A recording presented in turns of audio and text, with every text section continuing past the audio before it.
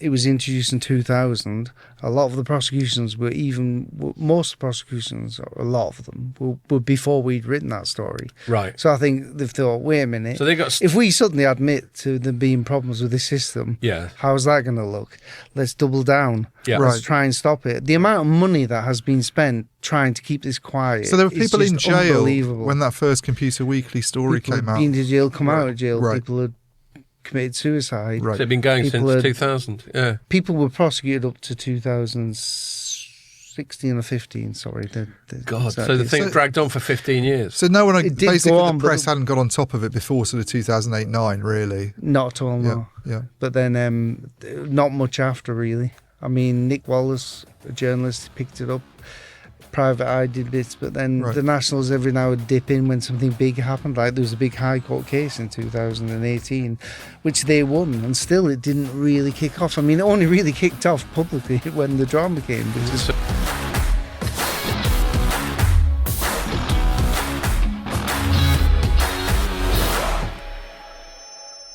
Hello and welcome to another Telecoms.com podcast. You've had to wait 2 weeks for this one because Ian and I were in New York, on which more in a bit. And before I forget, I'm going to say I'm delighted to have a special guest. He's a colleague of ours, Carl Flinders, who I guessed your surname, even though you're nice and northern, I guessed your surname was Dutch and you just confirmed that. Yeah, but it's Dutch from like way back. Hundreds of years. But where you're from northeast, is it? I'm from Newcastle, but I lived in Lancashire for That's it. So you got a bit of a general purpose northern accent. I have, yeah. And you've lived down there for a bit. For longer than both of them put together. Yeah. So it's a gentle, for people who don't know British accents, he's got a general purpose northern accent, to my London ear anyway. It's a mingling of. Whereas I've got a bit of a London accent. You've got a sort of general neutral accent, I think. Yeah. And Pierre's obviously got a German accent. No, I thought mine was quite neutral, actually. Yeah, you can it tell is quite you're neutral, from but north, but you can still tell you're from north. Yeah, can't tell I'm from the north. But you're not Bath and so the Bath. You're not full Sean Bean or Jimmy Nail or whatever. No. I think they put theirs on a bit though. I do. Yeah, well, there was a little anecdote from Game of Thrones where there was one of the younger actors in it, a bloke called Kit Harington, who played Jon Snow. Yeah. And he was once chatting to Sean Bean, who was one of the main people in the first series. And he said to him, do you ever feel the need to sort of moderate your northern accent, make it a bit more neutral? And apparently Sean Bean just went, no. Jon Snow. Jon Snow. The guy who played Jon Snow. As in Jon Snow, who the newsreader. No. In the doctor who mapped cholera in Soho. Right, no, not him. Not either. him. All right. Okay. Very good though. Good obscure reference. Well, I studied geography and we did disease at one point. And I studied epidemiology, so I should have got the reference. Do you know Kit Harington's a descendant of Robert Catesby? He was one of the gunpowder plotters. No, I didn't know that. Well, goddamn. Yeah. So I think they did a BBC drama of it, and he was in it playing Robert Catesby, and he's actually a descendant of Robert Catesby. So. Anyway, we've got Carl on. Let's talk about the Huguenots now. Yeah, I've been trying to extract Ian from a rabbit hole for a while. I got Carl on because he's our colleague at Computer Weekly. He became formally our colleague about a year ago when Informer bought Tech Target. But normally we've been trying to get on the Computer Weekly colleague who most aligns with telecoms is Joe Halloran, and we've been trying to get him on all through the summer, and we keep fucking it up. Well, we're giving in up terms on of that scheduling. now, he's always off. He flies around like a nutter. Yeah, he's always and then we screwed up some scheduling once or twice. So you've ended up beating him to the punch, and you're on because I chatted to you over lunch once and realised that you've done most of the reporting on what in the UK we call the post office scandal. And it's not strictly a telecom story, but it's certainly an IT and procurement story, and I'm sure there are telecoms angles to it.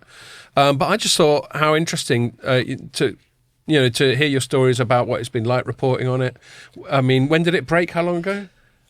Well, the first story that Computer Weekly did on it? We were first onto the story in 2008, but the first story was actually published in 2009. It was actually it took about a year to get it took about a year for the first article, right, to be approved and published. I know that because the person involved with the first article, I wasn't involved with the first article, I was there. Yeah. They've still got the first article when they emailed it to be checked. What was the name of the reporter? Because she was actually, there was a fictional representation. Yeah, well, the reporter was Rebecca Thompson. Rebecca she Thompson, did the first article. Yeah. And Tony Collins was the one who got the lead, but he was a very experienced investigative journalist. He was the one who found out the Chinook helicopter crash was because of software problems. So he was really well known. Somebody got in touch with him. Well, what happened was... hold on. I'm going to stop you from getting straight into it. Because we on the podcast, we normally get just a bit of what we've been up to out of our system, which we call opening bollocks. And then I will invite you to... So put a pin in that narrative you were just doing. And we'll get back to it. So welcome, Carl. So, I mean, the big thing we've been up to, and the reason we didn't do a pod last week is because we went to New fucking York. I'm just admiring your T-shirt. Yeah, well, actually, I'll mention this. Is it New York related? So, no, it's not New York related. So my T-shirt, for people who are listening, just says the Zach Schultz Gang. And it was actually a gig. I'd heard them. I listen to Planet Rock during the day when I'm working. And I'd heard Zach Schultz Gang on Planet Rock, and I really liked it. So I bought a couple of tickets to a gig, and then I told another couple of mates decided to come along. And then this opportunity to go to New York with HPE came up, and it coincided with this gig. Do you know, I find it hard to listen to I ended up having to give up my tickets, but my wife went, and she bought me this T-shirt. One of those ones nice. Where my wife went to the Zach Schultz Gang, and all I got was this lousy T-shirt. But so there we go. I find it quite hard to listen to music when I'm working. I just find myself sitting there listening to the music and not writing anything. Yeah, I find it quite hard to not. That's just what you used to, but I find myself sitting there and I'm listening to it. I can't get on with it. If there's something I remotely like, I will just listen to that. I'll just listen to the music. Yeah. I've done it all my life. You can't listen to spoken word. I'm very much a bloke. I can only do one thing at a time. Start typing in lyrics. Yeah, I've done that as well. Yeah, I think maybe it's an ADD thing of me. I just start to get a bit twitchy if there isn't a bit of background noise going on. Also, it helps drown out the noise of my family. If it's lift music or something I already hate. Yeah, that's fine. That's what I just have Girl from Ipanema on a loop. I can't even listen. Instrumental. I can't even listen to music. Right, time to start writing. Can you listen to music when you run? I can listen to music when I run, but recently I've been listening to like podcasts when I run. And only one podcast actually, talking about the Huguenots. Carl, do you want to go outside while you're at it? He thinks you're too far from the mic. Oh, sorry. Reach further in. God. He's being sarky. Because you've got a soft voice, so it doesn't carry towards the. I thought it was quite northern. Well, it's not. It's a soft northern voice. Yeah, northern. Contradiction, though. It's not like Sean Bean. Yeah, exactly. Anyway. So that was the gig I went to. I recommend them. The eponymous guy is a really talented guitarist and a pretty good singer as well. And it's just like energetic, old-fashioned rock and roll. I don't even know who they are. Yeah, well, check them out. No, I've never check them out. There's, I think the best single I've heard of theirs is just called Woman. It's not a cover of John Lennon. So that's that. But yes. So New York, yeah, we went to New York. So, I was willing to forego this gig in order to go to New York. And before we get into HPE, just my feelings on New York, I was really excited about it because I've never been to New York before. I've been to the States loads. My dad lived in the States when I was a kid. But New York, I'm so familiar with it from like culture that I half feel like I know it already. So actually to go and be there on the ground, it's pretty much more or less exactly as I thought it would be, which is a positive thing. Just like London, when I went, that's what I thought. Well, I just think to me, it's like London on steroids. The buildings are higher. It's quite different topologically. The street energy seems more intense. I felt like I was in London when I was walking around. Right. No, I definitely felt... It doesn't feel like London. Apart from when I heard the New Jersey accent, somebody shouting with a New Jersey accent. You tell the difference between the accent? No. New Jersey and Brooklyn? No, Brooklyn's quite distinctive. Oh, not Brooklyn. New Jersey versus the other Queens. side of... Yeah, all that side where... Or the Bronx. And Manhattan. I'm not very good at different American accents. Well, you have that river thing, whatever. Yeah, I can't tell the difference. The other side is New Jersey. Yeah. I can't tell the difference between the accents around that area. No, I could tell the difference between a New York accent and a Texan. When I was in New York, the Boston one is pretty strong. Or the Boston one. When I was in New York and I said I was from Newcastle, somebody said, "Oh my God, you're from Newcastle," because that's what Geordie Shore Yeah. because they had Jersey Shore. Yeah, that was the original, wasn't But listen to this. At the same time, one of the people from Geordie Shore rented a house that my auntie and uncle owned on the same street as them in Newcastle. it? Uh-huh. And she was like, wow, can you get the autograph? I can't remember who the person I've never watched Geordie Shore. I've never watched Neither any have I. Shore. I've never seen it. That kind of TV does my head in. This is going to be a pod of tangents. It was all new. Yeah. Sorry, I'm not sure. No, not at all. Not at all. We encourage tangents. It's my job to reel them in when You appropriate. should never get a colleague on one of these podcasts. Yeah, exactly. Yeah, no, I thought it was really good. Just the sheer amount of huge buildings was just testament to. I mean, I think New York's fascinating. Like 100 years ago, back when they were doing things like building the Empire State Building, but they knocked down a massive luxury hotel called the Waldorf Astoria to make the Empire State Building. So it's just testament. Yeah. There is a Waldorf Astoria. Yeah, there's probably a new one. Yeah. No, I thought they closed it and did apartments. No, they knocked down a massive hotel to create the space for the Empire State Building. in the 30s. Yeah. Oh, Whenever it's about, it was the 30s, wasn't it? Anyway, and there's just so many high-rise buildings, and there's so much going on. And then you go to somewhere like Grand Central Station, and you see how they bothered to make this really massive, cavernous, beautiful building just for fucking trains. And all of it just says to me, it's just a reminder of just the industry and ambition and energy of the place. I quite liked walking over Brooklyn Bridge. Yeah, that was cool. Train stations are some of the best architecture in the world. It was They often are, that's the true. train station. I mean, look, even King's Cross now, the new one. That's lovely, isn't it? So yeah, so that was it basically, and we had fun. You brought your wife Magda over, and I hung out with Ian and Magda a fair bit. We went down to Greenwich Village and had a few beers. Mm-hmm. And on the final day, we went down to the financial district and Brooklyn Bridge, and we saw actually one thing I won't be glib about at all. We saw the memorials for 9/11. Those the World Trade That's pretty Center. amazing, actually. The memorial area is really quite incredible. I've not seen that because the last time I was in New York was 2002-ish, I think. So like a year after it happened, and it was still like just almost like a building site. I can imagine. What's that park called? Is it Battery Park or something? Yeah, Battery we went Park, down. yeah. I Battery Park was stayed shit. next to that. Yeah, there's nothing. Yeah, there's nothing there. We tried. I led us like Ian and Magda, increasingly thinking, "What is this idiot up to?" I sort of led us down there because I wanted to get to the pinnacle and look over and see the Statue of Liberty and shit. Yeah, but it's hard. It's really inaccessible, isn't it? Yeah, it is. But there is a very good tavern there. Yeah, what was that called? Area. Francis Tavern. Yeah, Francis. So we went there, and it was great. It's where George Washington sort of bade farewell to the troops, like during the War of Independence. So that's right down on the southern near Battery Park. On that spot, and it was a really nice vibe. And they had a live band. They had a live band. It's like quite an oldie worldy sort of place. I stayed in a hotel. It's pretty amazing. Near there, yeah. So Did you see Billionaires Row as well? Yeah, we did. In fact, we went.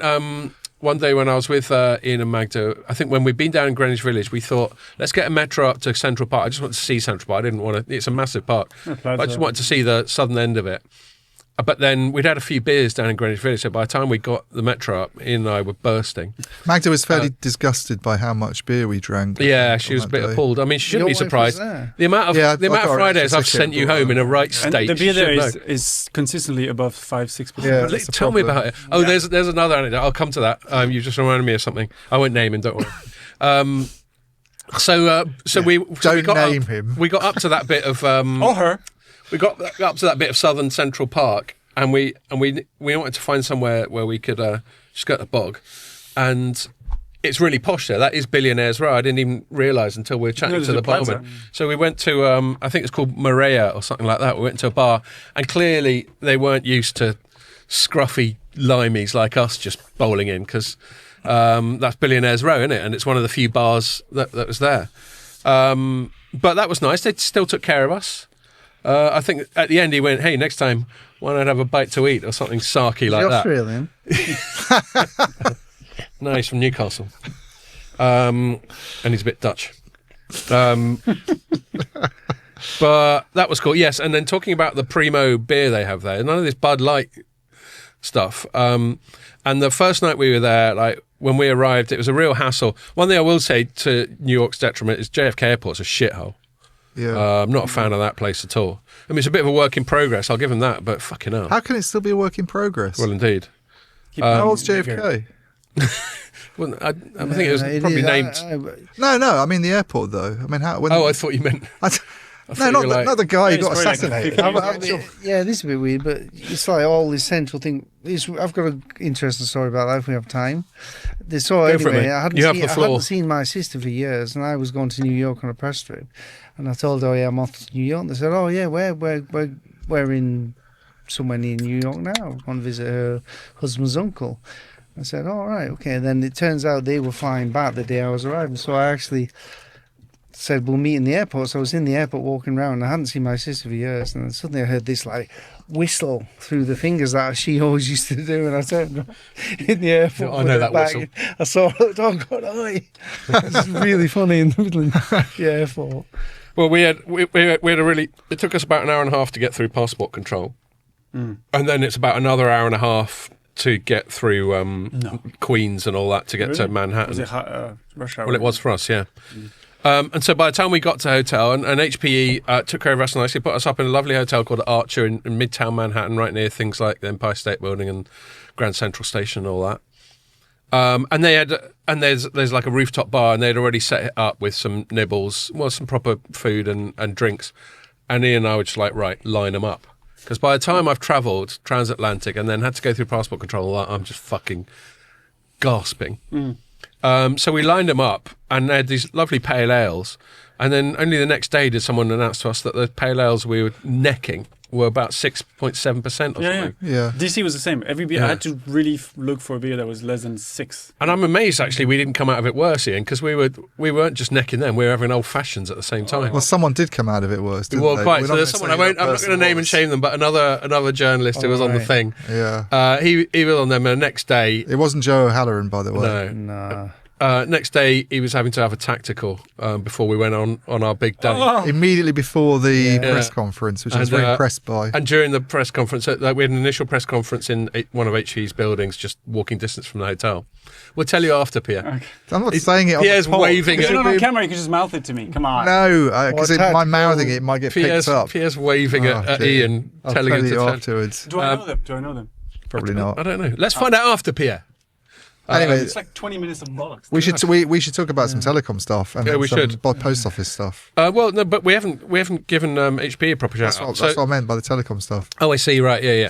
Okay. Well, why don't you? I've said the general bollocks. Tell us about the HPE. So the reason we were there was it wasn't just to sort of do tours of New York and drink loads of beer and pay for an extra ticket for your wife to come over. It was actually because the Ryder Cup was on, and HPE does all of the tech at the Ryder Cup, so they do this network of like Wi-Fi hotspots. I think 650 or something. It's quite a big deal because it's just a golf course that's got no comms infrastructure at all. No comms infrastructure. They put in these 650 Wi-Fi hotspots. They put in like switch routers and switches. They did this 2 years ago. A couple of takeaways for me were that they were obviously keen to push because it's a good PR angle for them. Where that Cisco used to do this. Cisco was the provider the last time it was in the US in 2021, and they basically won it from. So that's Cisco. a big deal. Just a big deal. I mean, I don't know how much money a big deal for HP in terms of money. I don't think they really make anything out of it. It's more like I was asking some people about the commercial angle, and I was led to believe this is a proper commercial gig. No, that's not. I asked James Robertson, who's like and I said, how much do these sports events actually worth to HPE? And he sort of evaded it and talked in a way that suggested it wasn't much to me. Zeus Karavela, who was the analyst who was there, doesn't think they actually even pay for the equipment. He thinks it's like almost like you want to do that. Like there are people queuing up to do it because who turns up to the Ryder Cup? Lots of businessmen with lots of money who want to put in enterprise Wi-Fi systems and all this kind of stuff. So it's a great place to sort of show off your tech. Yeah. And I think the big difference, so that's one of the things is winning it from Cisco. And then the other one that they were keen to sort of highlight this time round was AI. Is all AI. Yeah. It's like they're like gathering a lot of the data and doing AI site and doing stuff with it. So, like from a network perspective, trying to sort of move bandwidth around more dynamically. Yeah, I could see that as an AI use case. Is it every year the Ryder Cup? No, it's every 2 years now. It's changed. 2023 was the last one, and I interviewed the chief technology officer. He's called Michael Cole. Yeah, it was near Rome. Michael Cole was there. We met him as well. Yeah, it was in Rome. I was there, and so was Joe. And he said, when they were digging up to lay cables and that, because I said to him, because my wife's from Rome, and I said, you can't dig anywhere. He was talking about cables. Yeah. You always find ancient ruins. Well, he said the funny thing is that they had to stop working sometimes to have it all checked out by archaeologists. That was pretty much my headline. So they tried to dig, and it was like you kind of come across some kind of ruin, or you basically. This is the article. Right. Okay. I hate golf though. Or you basically like they apparently had a problem with rats as well, eating like the cable stuff. So what they did in that was one of the differences actually in Rome. They'd used a private 5G for backhaul, whereas in New York there was cable running everywhere, but they hadn't dug. They hadn't. They couldn't do that. Couldn't dig up a golf dig it up, but you could see it like running along the sides of the footpath. And on one bit they even dangled it over a tree. Dangled it over trees in this sort of plastic. I noticed you had a brilliant photo of a cable dangling. It was off a tree. an amazing picture, isn't it? Yeah. They should dig up golf courses and turn them into fields to grow food. There we are. Yeah, he's going to get all socialist on our ass. And they had a bunch of GPUs on the site as well, like for sort of. I don't know how valuable it is, really, the AI side of it. They made a big push on it, but what you can actually do with data that you're kind of gathering at the course. A couple of angles. Your mate, you just said his name. Michael Cole? Michael Cole, yeah. He was talking about how into analytics they are and how they just number crunch everything. And, it should be noted that Europe did end up winning it, which is relatively rare to win it away. Despite the hostility of the American crowd. Yeah, and the crowds were dicks to Rory McIlroy. My God, what was that? Oh, they were just cussing him and his wife. Someone chucked a beer at his wife. It's really out of order. Anyway, they had to get the police involved in that. But the it was mainly on the Saturday. Not at the Ryder Cup. No, all right. Okay. No, it's like a fight. Maybe I've got it wrong about golf. He's about to. The Ryder Cup's much more rowdy than the other golf. Instead of footage of him like trying to hit a ball at the on the BBC actually, and he's like, "Shut the fuck up!" Yeah, it's getting like that in tennis as well a bit, isn't it? No, tennis is not like tennis. Didn't Raducanu tell an old woman to? A woman to get a kid out. Be quiet. Tell a kid to shut up. Tennis is nowhere near. Crying. Tennis. Like, can you tell that baby to shut up or something? Well, yeah, but compared to the days of McEnroe and Connors. Almost fighting each other when they used to go past the changeover. No, tennis is like far too well behaved. We need more of that kind of thing back in it. He's always defending tennis, isn't he? No, I'm not. Don't get him on tennis. I'd actually like to see more argy-bargy. I think it's become too dull that they don't have those people like that in it anymore. A bit more Connorsy. You need more Connors characters in it, or McEnroe's in it probably. Definitely. I was going to say that. Yeah, that guy Cole was. Yeah, we was talking about the analytics, and there does seem to be a sense that Europe was a better team. American individuals may be better, and I think they got more people in the top 50. But Europe as a team seemed to operate better, and so that was his bit of testament to the power of IT in helping them be better at golf. Yeah. And another thing that HP was bigging up is a cloud and all that sort of thing. I think there was one quite cool. Well, they did a private AI cloud. That's that right. was on site, so all the kind of processing was done there. And I think the whether you needed to, they made a bit of a deal about latency. But I think the bigger thing is to sort of show, because everybody's concerned about data sovereignty these days, that you can kind of keep it localized. And that was the most impressive thing. And this goes for the broader Ryder Cup. They've just spun up. I use that in my headline. A sort of a smart city, a temporary smart city. They spun this thing up. They've got all these little corporate boxes, of which HPE had one, and we're very nicely taken care of there, mixing us cocktails and giving us finger food and stuff. Yeah. So they've got to spin all that up. They've got to build it. They've got to power it. They've got to connect it. To be honest with you, we didn't get. I didn't really It's because we were worried about pissing ourselves on the bus on the way back. It was partly that, but I think it was also partly not feeling very well because I'd had too much to drink the night before. Yeah, we were all struggling a bit that day. Not as much as one person who remains unnamed. So people might begin to think it's me the way you keep saying this. Oh, that you were there? No, like looking towards me. No, Carl was not there, and we'll guarantee nothing Carl to do with this. And we're not talking about Joe either, who also Computer Weekly were nothing to do with this, when they were there, and they were extremely well behaved. I think Joe's generally quite good at just having a couple and not going mental, isn't he? Yeah. He's a good ambassador for Computer Weekly. Yeah. But if he fell over, it could cause quite a lot of damage. That'd be an issue, wouldn't it? Yeah.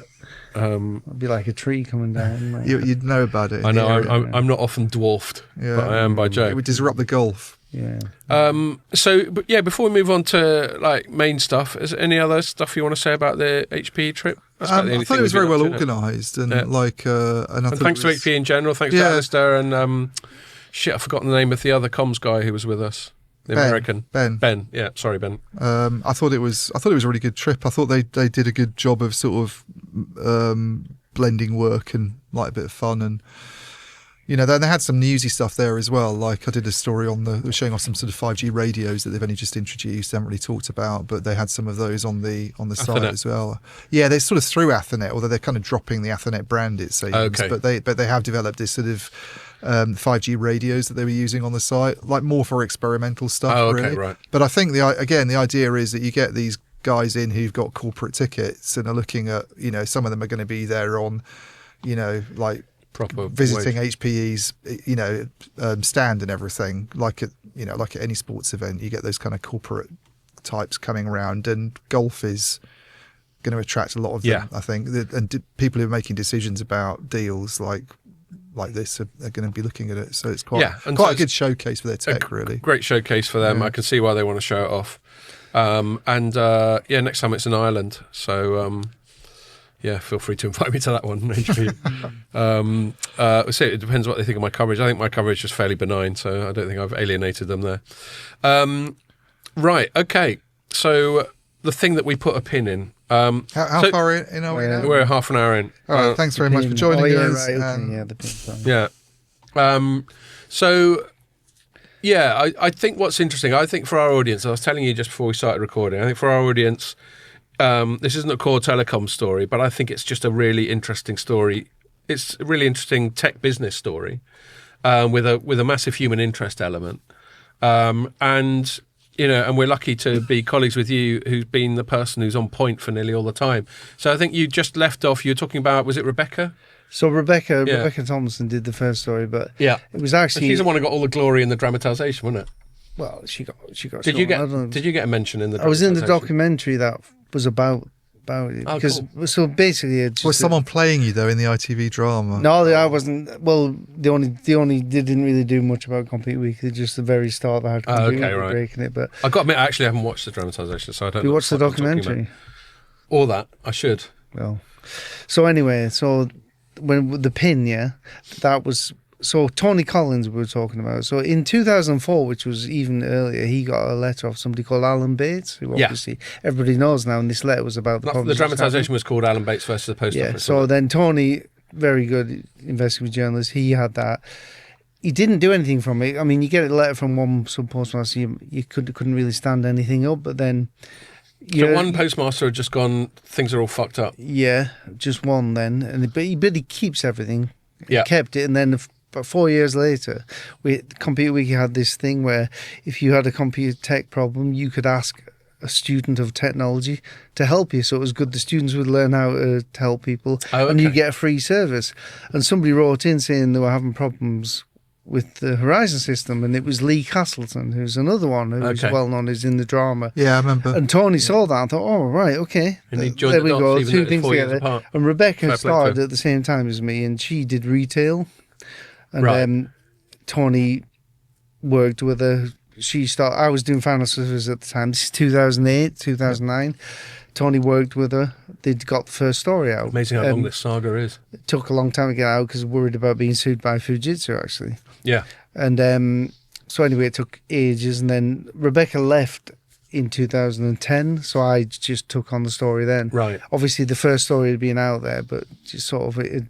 nothing really happened, which is really hard to believe, but then and I think because I remember when I was after chatting to you about it, I went and you helpfully in your Computer Weekly story you've got like a whole timeline of hyperlinks, and I went to that first one, and that was, if I remember, correct me if I'm wrong, that was quite a sort of human interest, like interviews with postmasters, which are people who work in the post office, and they're kind of like self-employed contractor types, aren't they? Yeah. And it was interviews with some postmasters going. Just hearing their story, wasn't it? Yeah, it was basically case study. So basically, when Lee Castleton got in touch, it was like there's another. So then we got back in touch with Alan Bates and found basically asking if they knew anyone else, and they found seven who had been affected. Right. So the first article is case studies of 7 people. I remember that. That's it. Yeah, I remember reading it. So that's it's like a case study of this is what happened to these people. And what happened to them? Well, basically, pre 2000 they used pen and paper for accounts. Yeah, it was paper based, and then in the 90s it was actually originally the contract was decided in the John Major government, but then the Tony Blair government introduced it to digitise the whole of the post office network. 19,000 branches. And as we know, the UK public sector is brilliant at IT projects, isn't it? Well, it was one of them, sorry, I forgot the name, projects, one of the... PPP? PP, yeah. So basically... public-private partnership. So every post office would be connected to the main system. They'd have the Horizon terminal, and it would all be like, whoa. So this is like a one IT system to rule them all. Yeah, it covers would record everything, and it would link to all the back-end systems, SAP and all this and stuff. And then almost as soon as people got it, they started having unexplained losses. Right. Just losses that we can't find. We don't have the documentation anymore because it's all on the computer. And so the obvious conclusion to come to is that they all suddenly turn into kleptomaniacs. Exactly. Yeah. The weird thing for me throughout the thing about the losses is there was never actually any evidence of money disappearing. Just it was just Horizon. Showing up on a screen through Horizon. The contract which some post offices had signed was written a long time before computerisation, and it said sub post offices are responsible for any shortfalls in office. So the post office say, you're responsible. So they had to pay it back. If they didn't pay it back, the post office went after them, took them to court, prosecuted them. Many were convicted, as we know. Yeah. No evidence. There was like a mother with 2 young kids who did some time and stuff like that. Yeah, Seema Misra. Yeah, she's one of the well-known cases. She spent, I think, I can't remember. So the only evidence was that this software system was showing up on your screen, that these losses were coming up. The only loss. There was nothing actually in an account that showed. And do we know... Yeah. I mean, obviously, we were chatting beforehand. You were asking me how deep to go. Mm-hmm. And I'm asking you a question now, which I'm sure has got a convoluted answer, but it seems relevant to ask anyway. Do we know why it was logging those losses? Was it just shit? Or was there I think there's reason? actually multiple reasons. I mean, you talk about networking. One of the reasons was the networks going down during a transaction. Right. There's all sorts of things that were going wrong with it. So the software wasn't robust enough to compensate for temporary downtimes. Things like that. Yeah. I mean, there was. I'm not a technical person, but there was lots of things You're happening. Right for Computer Weekly, mate. You're technical. You're relatively technical. No, we're all dilettantes. We're all journalists first and foremost. Yeah, exactly. But okay, and so that all happened, and then you got these first-hand accounts of these people getting done for losses, and they were presumably going, "Look, I haven't fucking nicked anything." And it was that story going public, which then alerted other people, thinking, wait a minute, right. I've had these problems. One of the people, I can't remember her name sadly, but she told me that one of her customers came into the shop knowing that she'd been having all these problems with the account, saying, look, it's not just you, and put Computer Weekly on her desk. And she joined. Nice. Then they formed this group. The same year we published called the Justice for Sub Post Officers Alliance, which was Alan Bates. So they formed it after that article, and people then who read the article and joined the group. Was Alan Bates sort of in touch with Computer Weekly pretty much from the beginning of it? Well, he got in touch before we did it that time, right. But then from 2009... I mean, I spoke to Alan all the time. But he's very much depicted in the ITV drama as somebody who was like, he sort of almost knew that Horizon was faulty right from the beginning. And he's quite sort of, that's the thing that comes across when you watch the ITV drama. It's like this guy almost seems to know that there's a problem with the software, and that's the only. But is that accurate? He did. He kept asking them. He said, "Look, I want to see the proof of the accounts. I want to see there's definitely a problem with the computer." And in the end, he refused to pay it, and they just dropped it. Right. He lost his post office though, and he lost everything. But they didn't even ask for the money back, right? Because they knew. But the other ones were sort of bullied into admitting that they'd done something wrong. Yeah, people were bullied into plea. Well, that's the thing. The post office would say, if you plead guilty to misaccounting, you might not go to prison. You might not get as bad a punishment. If you don't, you'll probably go to prison. So obviously people say, "Oh my God!" The state does that all the time. Maybe I have made a mistake. Maybe it is me. So they would actually do it. But the post office knew if it had required evidence, it wouldn't go through. Really? The state does do this. This is why I don't like the idea of ID cards, Scott. No, totally. I don't like that. This is something we were chatting about beforehand as well.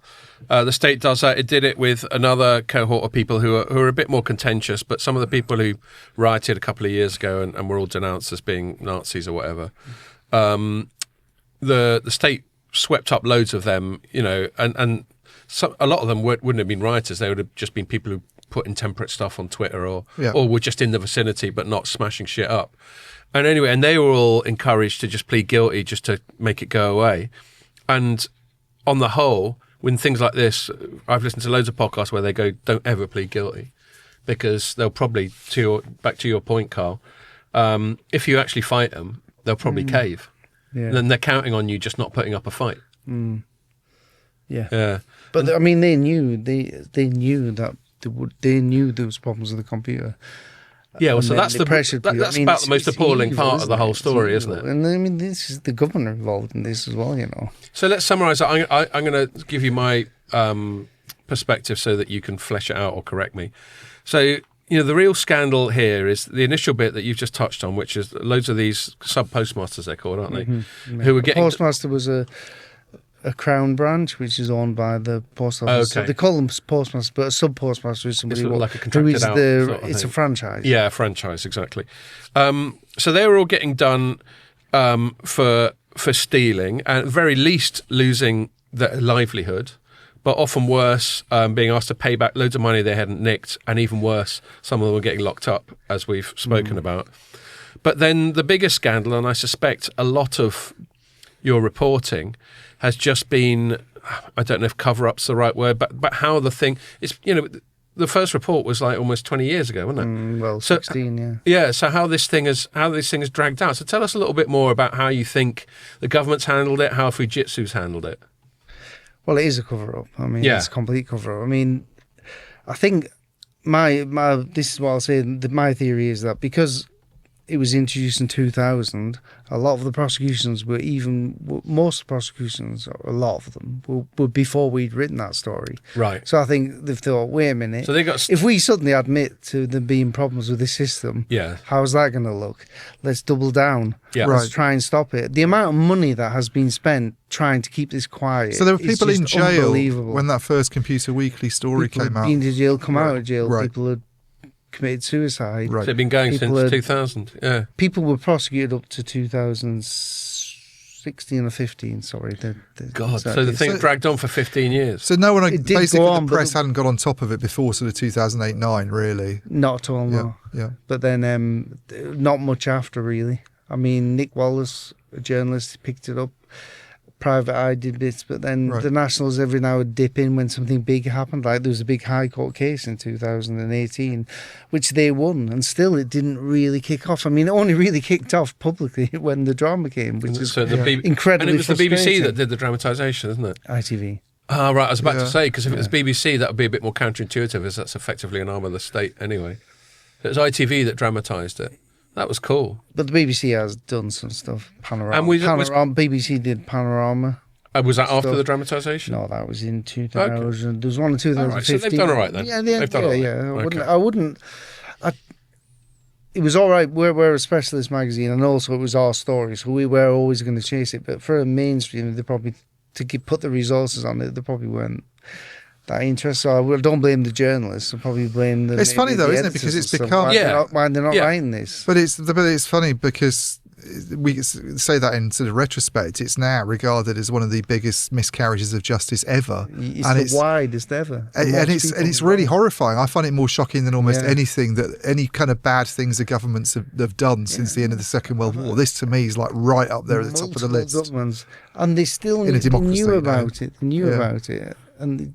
They didn't. I don't know. They dug the hole so deep they didn't want to. So I think that's the problem, isn't it? People in the charge of the post office during this period, like the sort of CEO level and everything. How were they dealing with all of this? Because they would have been aware of your reporting. They would have been aware. It seems odd to me to assume that a job like sub postmaster, where it's almost like being an accountant, you have to be sort of You have to have integrity and be quite honest. Well, all of a sudden there's hundreds of these people running off with money. Well, what a ridiculous allegation in itself. The only boss I can talk about who I had any direct contact with was Paula Venables, actually, who's probably the best known. Who's actually, she was there from 2012 as the chief executive until she got booted out when the convictions it was after the court case in 2019. I can't remember. Yeah, don't worry. But anyway, so I was at.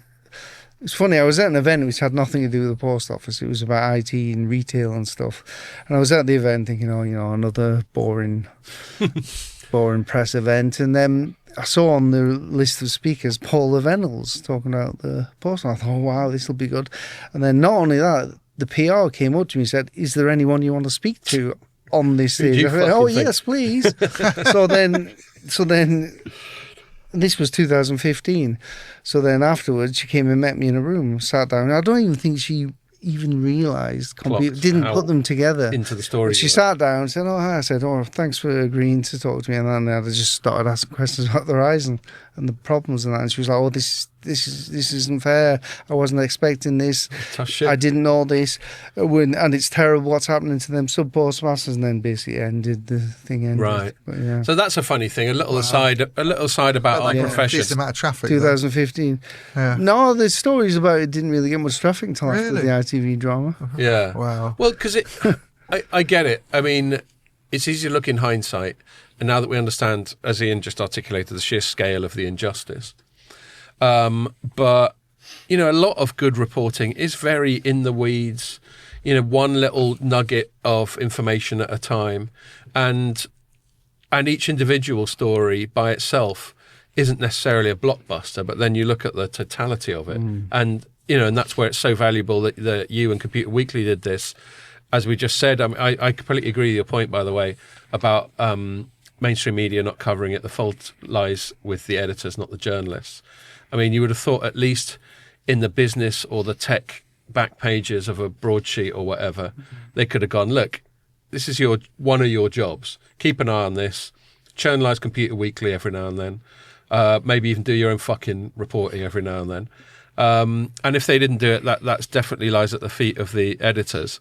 But yes, I can also see why some people would consider it quite in the weeds, because it basically comes down to a computer system malfunction, which isn't very exciting news by itself. I mean, they did write about it, but they never really investigated it, the Nationals.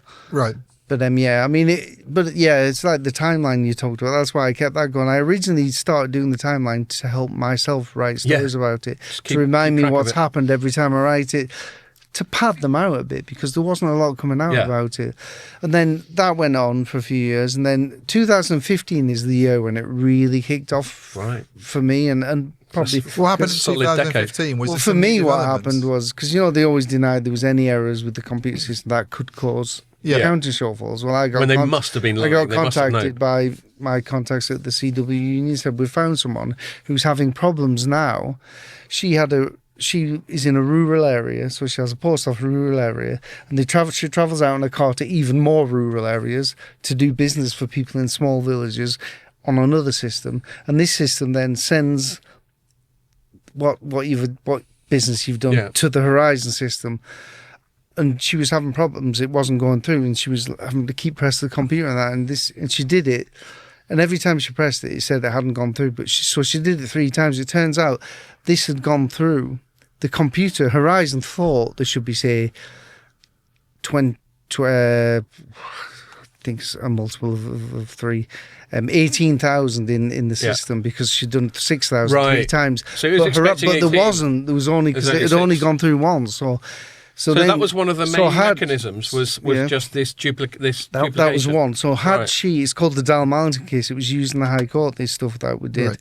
So so then she would be responsible for that £12,000, unless they could prove otherwise. So I was like saying to the post office, "Look, this is evidence." And they were like, "No, because we know about that." But the only reason they knew about it is because we'd brought it to their attention. Right. It was gaslighting at its worst. Right. Complete gaslighting by the press office. So watching the ITV drama, one thing that comes, I think there's an episode in it where the Fujitsu software, for people who were working on the Fujitsu software, seemed to have access as well. They were able to get into the system, and which they denied, I think, at first, or the post office had denied that Fujitsu was able to do it recently. But I mean, all computer systems, enterprise systems, are accessible by the supplier. But I was going to continue with 2015 because it was an important year, because it was also the year that they launched.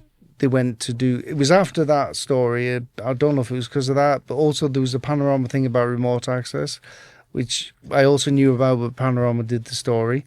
And then that's when they applied for the group litigation order, which class action suit, which sort is of thing. Really the big event. That's what got everything out in the open. Although the public still weren't interested, and there wasn't that much clout with MPs. That got the evidence was there. The judge completely ruled out. He basically, I mean, they were accused of by a High Court, Supreme Court judge of being like a Victorian factory owner, the way they treated people. And he said that their denial of errors was the equivalent of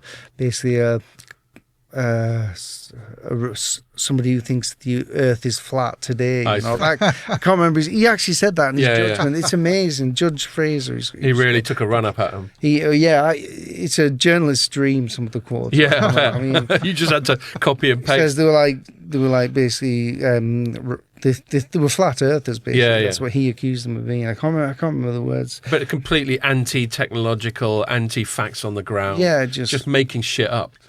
Yeah, and I think your point, you've made this analogy once or twice. They just had to keep digging, and this does seem like a classic example of that. And of course, the more you dig, the harder it is to ever stop. It's like getting caught in a lie.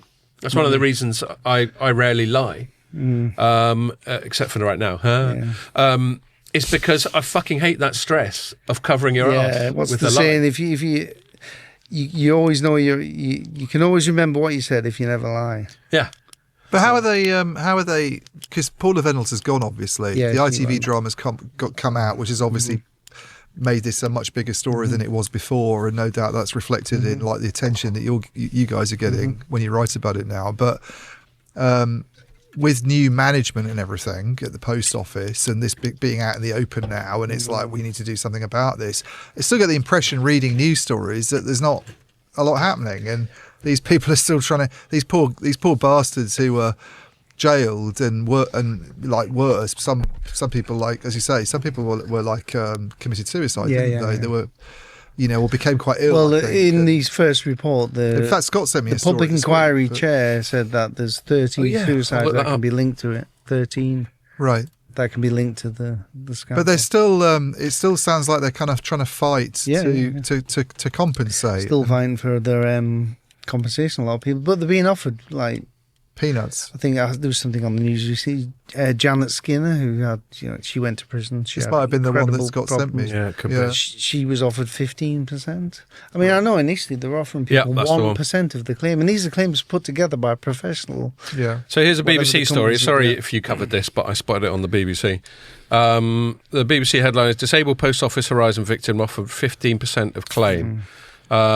So she was wrongly convicted in 2007, sentenced to 9 months in prison after the faulty software said 59 grand had gone missing, and she's now received an offer for full financial redress, but it's like 15% of it. I mean, so what does that mean in terms of actual money that they're talking about giving her? Well, I mean, from knowing Janet's story, I mean, it's completely destroyed her life. I mean, it must be millions and millions. Yeah, must be. I don't know. I don't know these things, but it must be quite a few £1 million, in my opinion. But I really don't understand. Has there been any reporting by you or elsewhere on why people aren't getting paid tons of money, not just whatever they had to pay back in error, but also compensation for the stress and the loss of earnings? Yeah, they're not even getting back what they lost. People aren't even getting back what they paid back. But yeah, I mean, but why? Has there been a reason? Given why? No, the government just wants tough shit. I think it still thinks people. I think it thinks people are trying to take the piss. Yeah, I think it thinks that. With some people, really do. I really do think they're like that because the way they're behaving. I mean, just pay these people. You've messed up. I mean, how many of them can there be now? Because some of them will have died over this period. Well, quite a lot of people have died. So how many are we talking about who are going for claims? Thousands, but I think thousands. I think a lot have been sorted out, but they're the small claims. People who didn't even know they'd had a major problem. They just knew they'd had losses, and because of it, the easy ones to deal with. But the complex cases, I mean, I'm not sure how many are left. There must be a couple of hundred left. I mean, it's not. We're not talking about. It's a couple of hundred though. It's not like we're talking about having to compensate tens of thousands of people for something, is it? You'd think that they would be able to expedite it and do something about it. It seems vindictive. It does seem vindictive. It seems like they're punishing them for even speaking up. Like just scanning through a bit more of this BBC Especially piece. when you spend so much money on lawyers to actually minimise the bill. I was about to ask you about that story you wrote. I'll throw that to you in one sec, but let me just read this one other bit that I spotted in the BBC piece. It goes, the mother of two lost her home, her livelihood, and served 2 months in prison. A year after her release, she was back in the dock, facing another jail sentence as the post office pursued her for failing to pay, quote, proceeds of crime. So they'd done her once. And they went, fuck it, let's do her again. And then it says, less than a fortnight after the matter was resolved, she suffered a neurological collapse, was paralysed from the neck down, used a wheelchair for a year. So basically, I mean, to what extent medically we can trace it directly, but it seems reasonable to assume that this stress contributed to this. But what you've got to remember is all this going on, there was people at the post office who knew that it could well have been the computer that made the errors. Yeah. You've always got to think that. And so it just rubs salt in the wound. You know. So tell us about this piece that you shared with me a few weeks ago, where you were talking about how much they've spent on legal stuff. Yeah, it's just, I mean, the amount of money spent on legal is just phenomenal. It's quite scary. But this is just one example. So the public inquiry, which statutory public inquiry set up in 2021, began in 2022. To look at, I mean, this is way before the drama. That's what I mean. Why were people not reporting that much on what was coming out in that? Because there was a lot, yeah. Anyway, so the post office, to minimise the impact, to help its people speak at the inquiry, to make itself look better, it hires legal representation. So Herbert Smith Freeholds was hired as its representative at the inquiry, and they've spent on Herbert Smith Freeholds just at the inquiry, nothing else, and all these other cases and everything, which is a lot more, £80 million. Taxpayers' money. Post office, taxpayers on. The entire public inquiry, including all the barristers, all the counsel, all the venue hire, everything, paying the legal expenses of the victims and stuff, was only 45 million. Wow. It's about half of what they spent on one. Wow. That's just unbelievable. And now they're quibbling over giving this woman like tens of thousands of pounds. Why didn't they disgusting. Yeah. Yes. And obviously, Carl, now that all this has happened, there's no way the government's using Fujitsu for anything now, is it? Yeah. Open RAN. I mean, Fujitsu is just. I mean, this month is the time when Fujitsu has to present how much it's going to pay towards the bill. Now, the bill for the overall scandal is billions. Yeah? Right. How much are they going to contribute towards it? Now, the thing is with Fujitsu, I mean, it is the post office's fault. They should have said, but Fujitsu should not have just kept quiet and supported. The way I describe it is like, you imagine it's a massive bank robbery. I say the post office is like the master criminal, but maybe not master, but the big criminal behind it. And the government was like the security guard who was either corrupt or a bit stupid and left the door unlocked. And Fujitsu was the getaway driver, right? Yeah. Which I think is a good way of describing it. Now, so they've allowed this to happen. Had they not given evidence in court against people saying the system was robust and that, it would never happen. Have they ever the post office would never have continued doing it. Have they ever admitted subsequently over this period and since the drama came out on ITV that there's something wrong with their software? Oh yeah. They have now admitted that there's something wrong with their software. I mean, any computer, there's you've got to check what things go wrong with computers. So they've said the Horizon software is faulty, of course they have, but isn't it still being used? It is still being used, yeah, and it's still so the faulty software is still being used. But now they're not punishing and charging people when things go wrong. Yeah, I brought. So now seems like a good time to get into properly nicking stuff. To get rid of the Fujitsu. I did a software. freedom of information request. I did a freedom of information request a couple of months ago. I got it back a couple of weeks ago about the current what the losses have been like for the last couple of years, and how much has been written off, because it's been written off now, and it's just amazing. They're writing off millions, because they're not millions of unexplained losses now. They have to write them off. They don't take them off the sub-postmasters. They investigate them. Well, why didn't... That was, that was the biggest thing. They're not real losses, but they don't really understand what's going on, basically. The biggest thing, I used to say at the post office, wait a minute, these people having these losses, it's a computer system. All the evidence is there. Are you investigating it? Are you looking into it? And they just say there's no problems with it all. Which I think from a more sort of prosaic angle, the fact that they're using this software that flags up huge losses, and we're all concerned at the moment about public sector inefficiencies, and we need to get it working efficiently. That they're still using. Well, they're getting rid of it now. They're still using this software. They're getting rid of it now. It'll be gone by 2030. And what? 30 or something. 2030. I was like HS2. What they're doing? It's like HS2 and other things. Done a tender to get somebody to take over Horizon from Fujitsu. Gets booted out next year, March 2026. And who are they bringing in instead? Well, they're looking for someone now to take over it, run it, keep it going, and then they're also looking for somebody to bring in a system that will replace it. Do you know what I think they should do, Carl? Yeah. I reckon they should go back to using pens and paper, and let's forget about all this computer bollocks. Double entry bookkeeping. It's if it ain't broke, don't fix it. Computers? No. Yeah, fuck computers. Yeah. Well, as I said, I'm not really a computer person. You're not really a computer person. Should you be admitting that in public? Well, I'm not a techie. I'm not a technical person. Do they know? I mean, because looks like you're looking into the Fujitsu side of it a bit more at the moment. But in terms of that, I mean, did they try and sell this same software to anybody else, or is it just not a post exactly office the same thing? one? No, but they're selling software to a lot of government departments, including HMRC is their cash cow. It just pays them billions. Still now? Last year, 600 million paid to Fujitsu by HMRC, and this is being used across other. Last year, they paid the government public sector £450 million. Right. I mean, I think Fujitsu personally should be disqualified from doing anything for the public sector for years because of this post office scandal. Wait a minute, I'm trying to think. No, I just did a billion.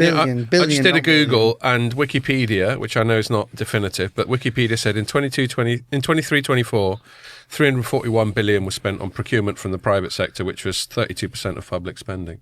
That's overall. Yeah, that's just a headline. Yeah, it's million then, not billion. Right, well, so this was billion for everything. I'll find the story, because... But anyway, and it's fine. I actually don't get too distracted about where money goes, because you got loads of it. Yeah, I just fucking lose count. I just sleep on a bed of it. No, it's just because, I mean, you obviously have to do private sector procurement because private sector is better at most things than the public sector is. Not all. And I think we can probably all agree that natural monopolies, and Carl and I will probably disagree on certainly where the dial ends up on that one. Utilities. But like natural monopolies, like utilities, railways, they're probably better off in the public sector because it's a monopoly and you can't trust private sector with monopolies. They'll always exploit them to the hilt. But other than that, my slightly more right-wing opinion is that a private sector generally does a better job.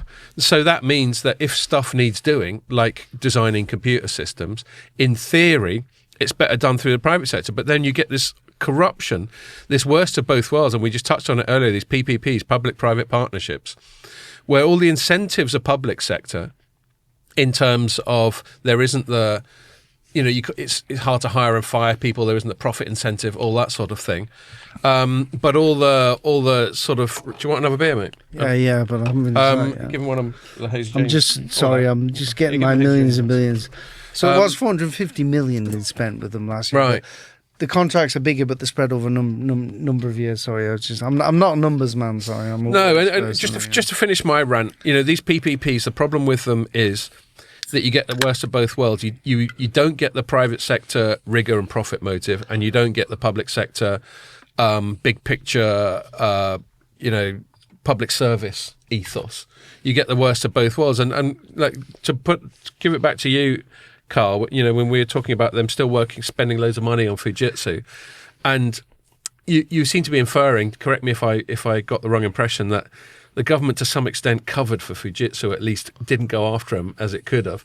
Is this evidence of just too cozy a relationship between big private sector, public sector contractors and the government? Oh, absolutely. I mean, because Fujitsu, Fujitsu bought a company called ICL, which was International Computers Limited, which was a British from back in the day company. So that's where the software came from. Which had all, I think originally. They're the relationships. Yeah, it did, yeah. That's where they had all the government contracts. Tony Blair kind of wanted Fujitsu to acquire ICL. And at one point... Well, why does he want to get involved at all? Fuck's sake. Because that's what he's like. Anyway, he wanted them to, because they weren't doing very well, so Fujitsu bought ICL. Yeah, a bit like Trump buying and then this is how political it gets. So at one point, Fujitsu were going to pull out the post office deal. They thought, no, we don't want this. It's not good. Not worth the ag. And then there was a letter sent from the London embassy in Tokyo to Tony Blair, basically saying, like, if you do, if the Japanese are going to throw their toys No, sorry, Tony Blair, they were going to pull the post office project, so they were going to end it after Fujitsu got taken over on the proviso that they were going to do these big contracts. It was the biggest non-military IT project in Europe at the time, yeah. Fucking hell. So then Fujitsu thought, shit, they're going to pull it. So there was this letter written to Tony Blair from the London, the embassy in Tokyo, the British embassy in Tokyo, saying, look, if you pull this, there's going to be a lot of job cuts. It'll do real damage to the relationship with Japan, blah, blah, blah. So they did. So there was a lot of political pressure there. I mean, that's one of the many things that really irritates me about politicians, is just how weak they are. And Tony Blair in particular. Yeah, well, I'm not going to necessarily single out individuals or even parties, but I mean, if you're going to get pressure from other countries all the time. Yeah. Bojo caved to Trump Mark 1 over all the Huawei stuff, didn't he? And I mean, I know there were complicating factors, and I'm not trying to go down that rabbit hole now. But you know that there's political pressure going on over business all the time. Obviously, it's exceptional with Trump right now, who's poking his nose into all kinds of shit, isn't he? Like Intel that I just mentioned a minute ago, and other stuff. But yeah, maybe the least bad thing. But. Yeah. But the UK government is so reliant on Fujitsu, right? So for things like police and stuff and security and stuff, or police. Well, that's an interesting one, because there's a network. It's called it's the central network used by police forces across the country to share information. Basically, I forgot what the name is. I can find it on here, but. The Orwellian. Anyway, there's this big network. It's recently been renewed, and Fujitsu won it again.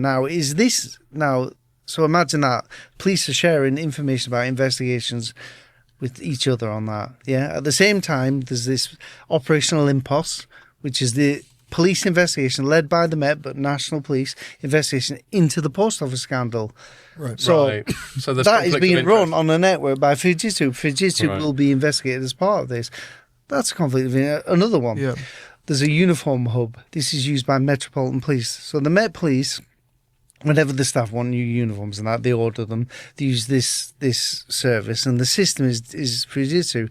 It has people's personal details. It has the rank. It has what they're working on. That's a conflict of interest. Fujitsu being investigated. Yeah. Things like that. That's how reliant they are on them. They can't even.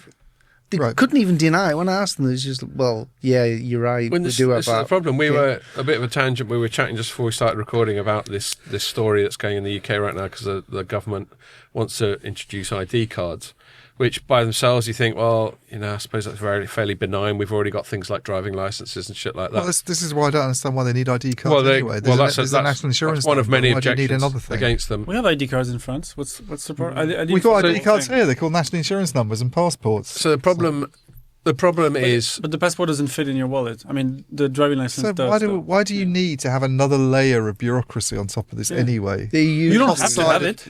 They're thinking of making it mandatory. After everything Carl's just said about the state in the last hour, I do not want this government introducing a Fujitsu-based ID card where they do the software system. Watch this space. Fuck that, frankly. That's an argument against it if ever there was one. Why can they give it to you for free and you just put it in a drawer somewhere and that's it? No. So the objection is that it then becomes conditional. It becomes a way of the state tracking you. in terms of, because the way they're selling it is like, oh, this will, because they're trying to sell it to like Farage types, and they're going, well, this will stop illegal immigrants being able to work. That's the positioning of it. That's the way they're trying to. That's the way they're trying to gaslight it and sugarcoat it. It's their way of saying they're clamping down on illegal immigration. But the thing is, illegal immigrations already can't work. There's a clue in the fucking name. Yeah. So it's redundant. But the real worry for like civil libertarians like me is that it just becomes a unified way of the government tracking your activity, and it becomes a thin. Well, because you got this ID card, and then suddenly you need to present the ID card to do anything. Oh, well, that's a different thing of having an ID card. So it's a thin end of the wedge argument. A digital one that has everything in one place. That's what would worry me. It's like if somebody can hack into that, that's it. They've got everything. Oh, okay. So there's the incompetence argument, which is that there's a concentration of data and power in one place, which can either be deliberately misused or, as Carl was just inferring, just through. I mean, don't forget these are tossers who leave things on trains, you know, and get hacked into and stuff. Yeah, this is what you're talking about. Yeah, but then. The state, it's not very good at the moment. Have you noticed in this country? But you already have a passport and a... Exactly, so why do you need another thing? Yeah. So, but if they gave it to you, can you just, again, put it in the drawer somewhere? So that what I've how I've heard it positioned is it's mandatory, i.e. you could be criminalised for not presenting. For not having it. So there we're getting into your papers are not in order. Papers, please. That's not even true of driving license. You could drive. Well, exactly. So you can see, therefore, it's a general raising of the state interference in the individual's lives, and then on top of that, if you really want to extrapolate it, and this might sound hysterical, but I don't think it's beyond the pale, is that you can imagine it being part of a social credit system such that people associate with China, whereby you get certain rights taken away if you're misbehaving according to arbitrary rules that the state can impose and at any time, and then you get more rights if you're more of a good boy. Yeah. What about the people who emigrated here legally? Can they get an ID card? We don't know. The people who emigrated here legally at the moment are being told that their settled status is now going to be reviewed. That's what Farage is saying. So I'm applying for the passport now. Yeah, well, exactly. Not saying that, is it? So what's your Farage is saying that, but I suspect that'll put pressure on the Labour government to sort of move more in that direction, which is what they seem to be doing at the moment with the ID cards. What's your immigration status in the UK, Pierre?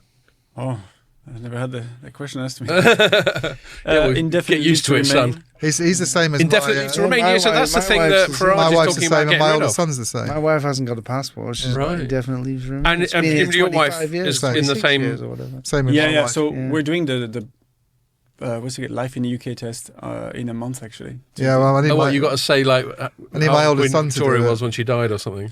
Yeah, son has to do it. My oldest son is a Slovak nationality. He was born there. So he wasn't born there. He was actually born in Paris. All right. And he's lived here. Worse. And he's lived here since he was 1.5. All right. But he's not considered to be a British citizen. Seriously. And he tried to do his life in the UK test, but he was doing it when his A levels were going on, and it's actually not that easy. You do need to read the book and learn it. So they charge you a ton of money, don't they? So whenever he comes back into the UK now, because he's studying in America, he gets flagged up and taken to the side and gets grilled by customs. Meanwhile, we've got Farage. This is like a massive tangent, but meanwhile, we've got Farage coming along going, we don't want people having settled status for more than this amount of time. We're going to have to review all this. So it's all getting a bit worrying, I think. My kids got automatic Italian nationality when they were born. All Cinzia did was register them in France, They were born in the UK? Yeah, they got British passports, but they can get Italian passport, but they were registered. Because we got in contact years later and mentioned it, and they just found it, said, oh, yeah. Yeah, well, they my daughter they couldn't possibly revoke all the indefinite leave to remain, because like there would be hundreds of thousands of people. Well, quite. You would think, if you've been here since 1.5, like you studied at a British public school even because you got a scholarship. You've like been a model citizen. You don't need this and test. You speak fluent English and all this stuff. And you've got a British like parent. Effectively, he's my stepson, but a British parent effectively because I'm married to his mum now. That it wouldn't be a problem, but it is apparently. But you don't need the test, I mean, I mean, my daughter suddenly, when she turned 18, she suddenly received some forms to vote in an Italian election. Right. She's like, wow, it really worked. Filling in that form years ago. Did you go for Maloney? It wasn't there. It was it was some referendum. They have referenda all the time. Yeah, it's like. Yeah, I think. So anyway, I got a feeling, just maybe to finish off that tangent, I got a feeling that might have been a major misstep by Farage because so many people are affected by it. I mean, I don't. I mean, the London city was just empty.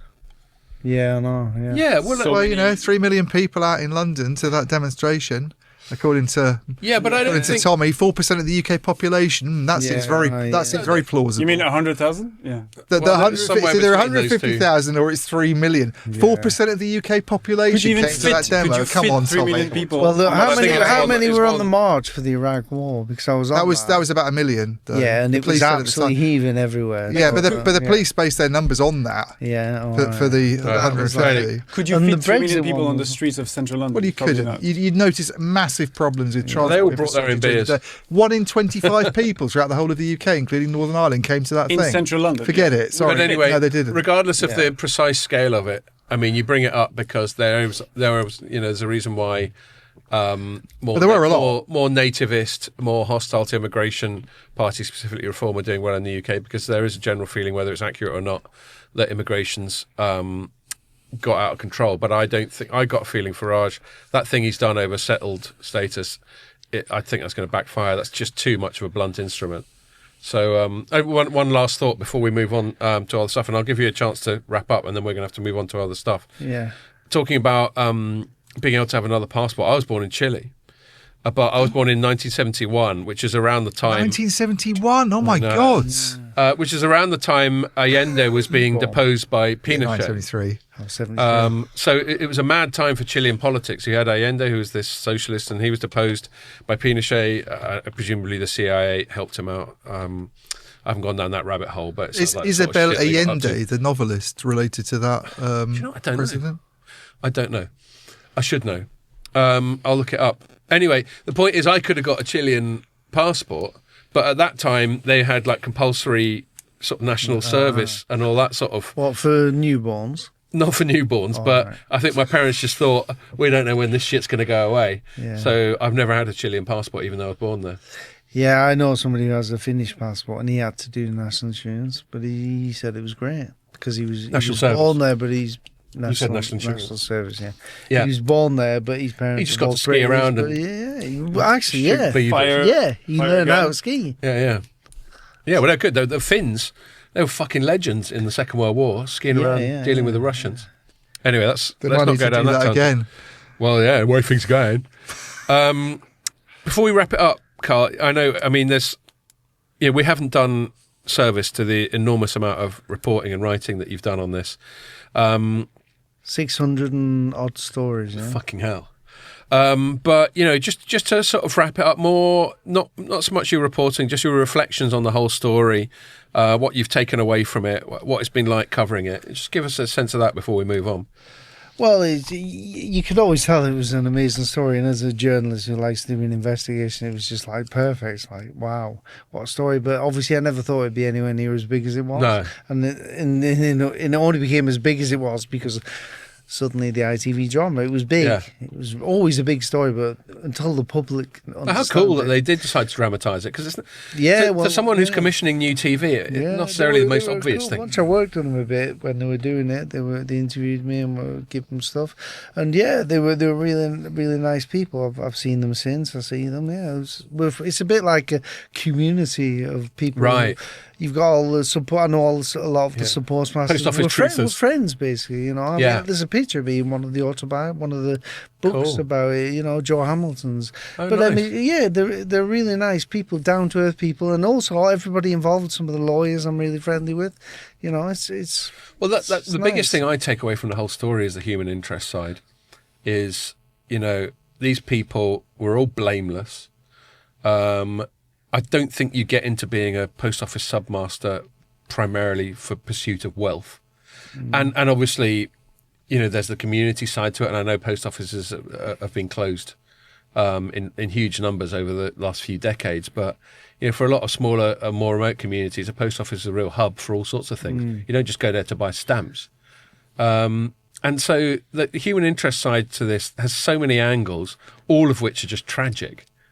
And it just reflects so badly on, certainly on our state. I was going to say on our country, but I'm trying not to extrapolate it that far. Yeah. But on the way our state is run, it reflects. I just can't believe badly. People at the post office kept quiet.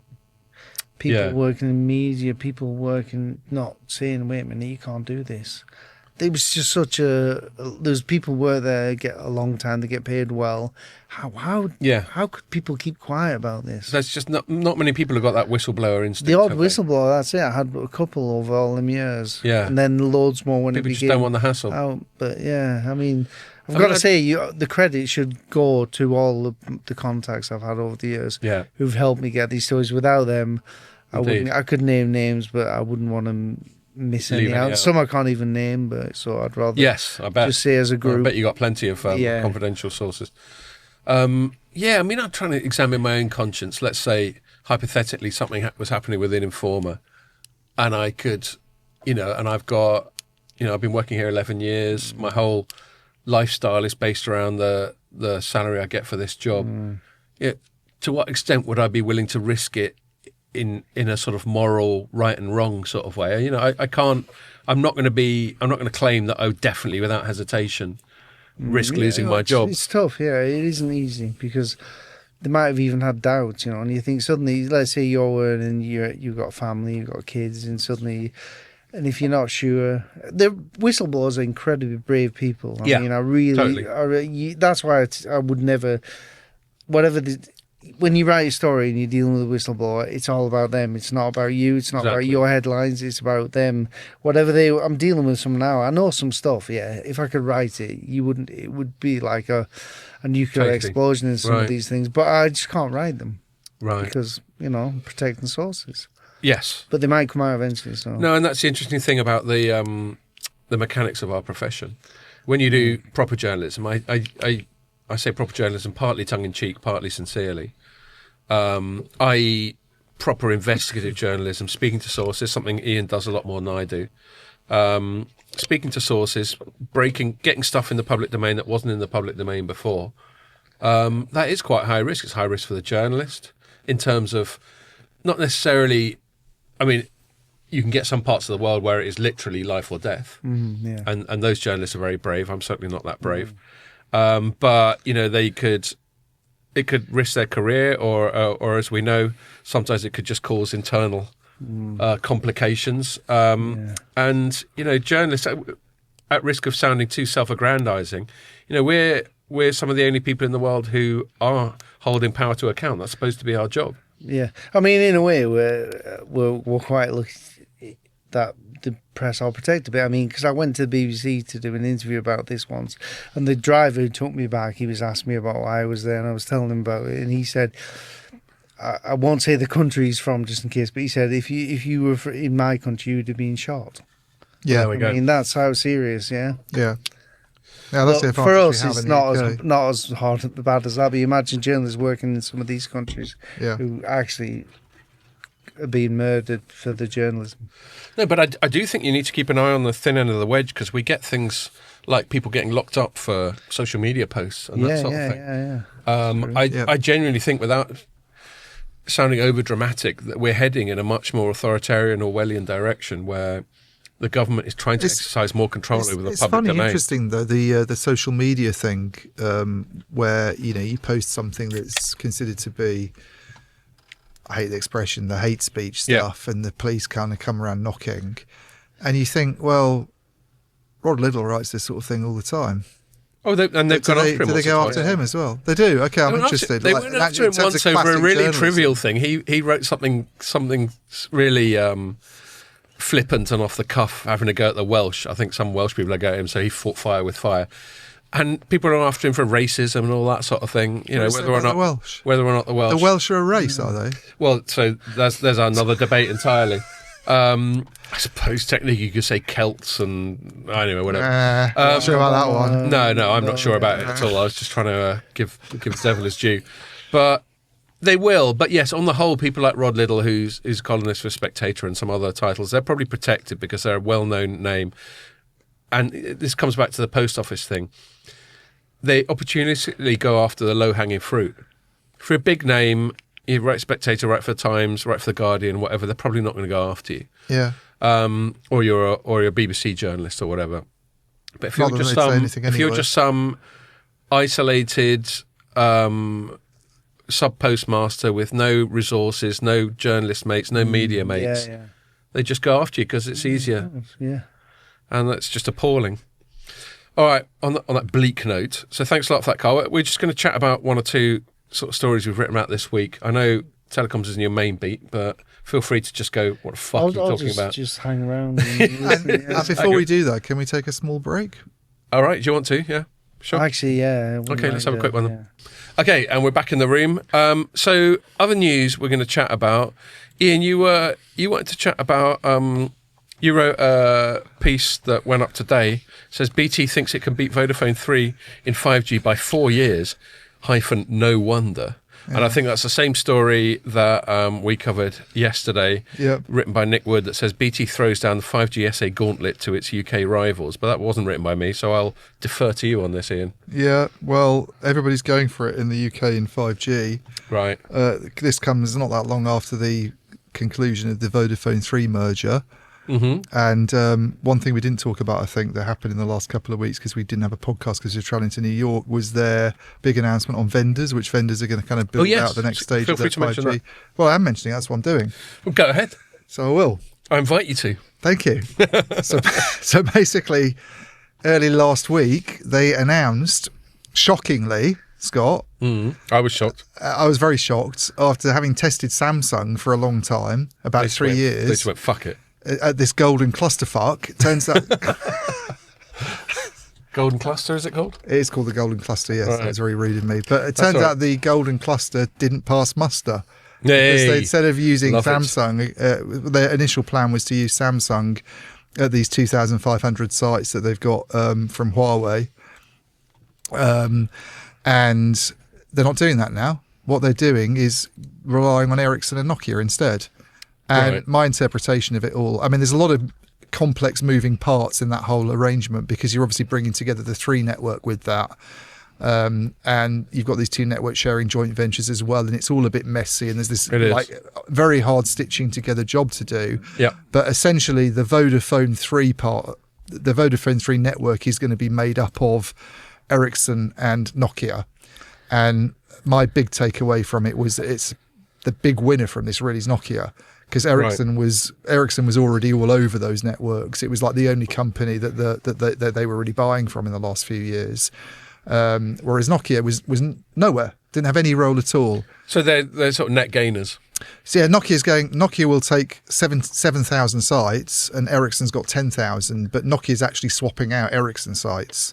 Right. And I suspect you were one of the few people to lead on that angle when you covered it as well. So good. Well, I think I was one of the only people who actually got the data on it. So, right. But the fair play to you, mate. But the I'm in the room of awesome journalists and me. Yeah. Well, I mean, so he did the thing that no one did. He looked. He fucking looked into it. Yeah. I mean, a lot of people think that stuff's a bit sort of tedious, I guess. Yeah, maybe. That's the thing about journalism. You think, I mean, all journalists are investigative. You're meant to be. You're meant to be, yeah. Do you not think that when you, I mean, I know you're joking about you're not looking into things. When you get a story and you see something, you think, wait a minute, what about that? That's the bit you want to write about. Well, exactly. I've got a little tangent, actually. Sorry, Ian, I know you're in full flow. That's right. But, I mean, I wrote a little thing that you and I were chatting about with a friend of ours on WhatsApp. Just about the FT writing this story about how apparently China's going to ban Ericsson and Nokia. Yeah.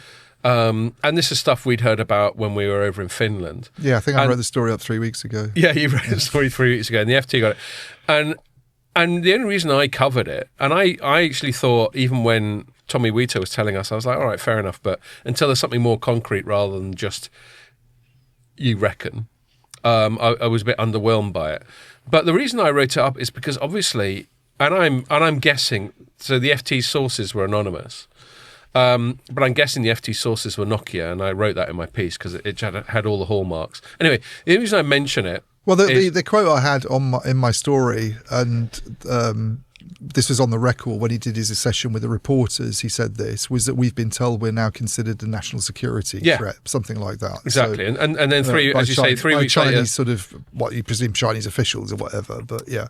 Yeah, you presume. You presume. But that's what they've been told in China, that they're now sort of deemed to be a sort of like a high-risk vendor in the same way that Huawei is called a high-risk vendor in Europe, by the European Union. But, and when I was writing this up, just because I thought, it was only interesting because it's obviously in someone's interest to keep feeding this story out into the public domain. Yeah. That's why I covered it. But to your point about investigative, so I didn't do anything proper journalistic, like ringing up shady sources in China and that sort of thing, because I don't have them. But I did just go and do a bit of Googling, and I found this EU page that covers. It's called what's the top of it? It's interesting. It clicks through all the way down there. It's called China EU International Trade in Goods Statistics. Oh yeah, and there's just tons of data on the trade that the EU does with China. And I even copied. Germany does a lot. Is the Germany does a fuckload of about 90 billion last year, I think. Something. Yeah, it does it. Well, I even put a chart in my story. Anyway, I only bring that up not even primarily to beat my own chest, but to show just that basic level of investigation is what a lot of journalists don't even do that. I saw the story. I could have just gone, FT wrote this, and they all lived happily ever after. But I just thought I'd have a little sniff around on the internet, and I found this extra supporting information. I'll tell you what's really interesting. So I've been investigating the post office for years, and I've found out lots of information that you think, wow, how have I managed to dig out? But then when there's a public inquiry into it, and they have to open everything up, and there's hundreds of lawyers looking into it, then you see actually what is even beneath that, and you think, my God, I only touched the surface of right. Once they do what in America they call discovery, and they've got to reveal stuff. Wow, yeah, you know. Anyway, so yes, back to where I interrupted you. So it's a big shocker that they've gone with Ericsson and Nokia, I think. Right. Why is it a big shocker? Because you thought Samsung would get a piece of the action. It's not so much a big shocker that they've gone with Ericsson because it already had a big role in the network, but it's a big shocker that they've sort of reintroduced Nokia because Vodafone hasn't seemed particularly hot on Nokia in the last few years. They phased a bunch of it out several years ago. Nokia's had a challenging time in radio. Yeah, they have. I think it's a really good PR thing for Nokia, and they're obviously sort of quite keen to sort of shout about it because it's like them back in the Vodafone 3 it's now, but it's still 51% Vodafone, that company. It's them back in the network, and they'd kind of been taken out of it. And then all the indications were that Vodafone's preference was to kind of lean quite heavily on an open RAN network delivered by Samsung, and they're basically not going to do anything with it. I mean, the message that you get from Samsung, and I think they put out a press release this week, which was not really news. It was just kind of an expansion of what they'd said last week when the actual Vodafone 3 stuff came out, is that they're expected to kind of win big in Europe.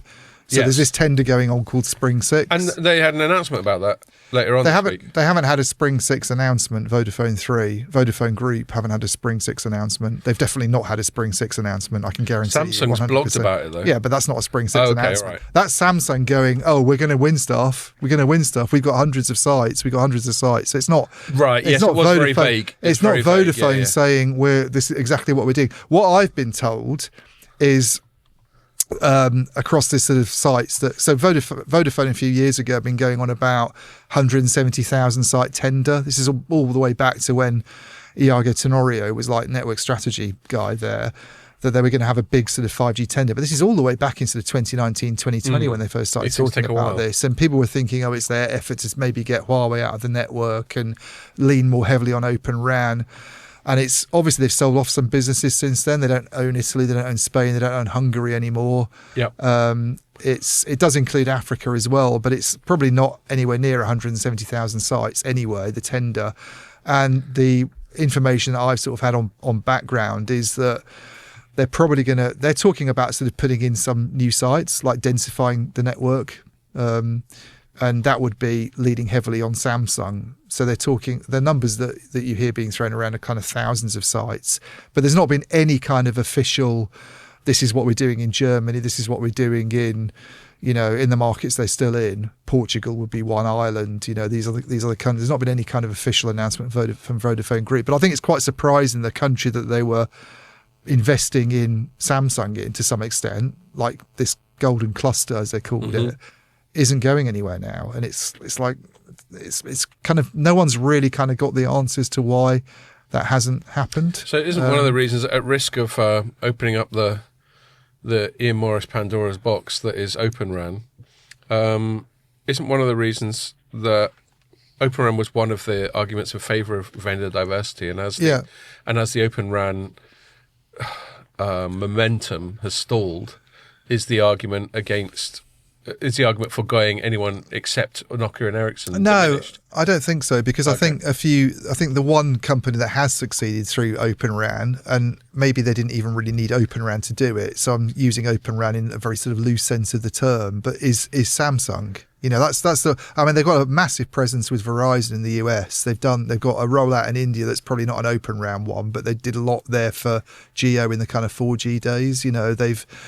They've been used in Romania to some extent by Vodafone. They are considered to be up there, I think, these days with the kind of Nordic vendors and with Huawei in terms of a company that you can buy from. And it's not like buying from Mavenir where it's 500 million in revenues each year. Most of that's not from Open RAN. They've got $1 billion in debt. How are they going to kind of manage to do this? And they had this big debt restructuring earlier in the year. All these other piddly little companies, you're not really going to want to entrust a network to. Samsung's not in that category at all. Yeah.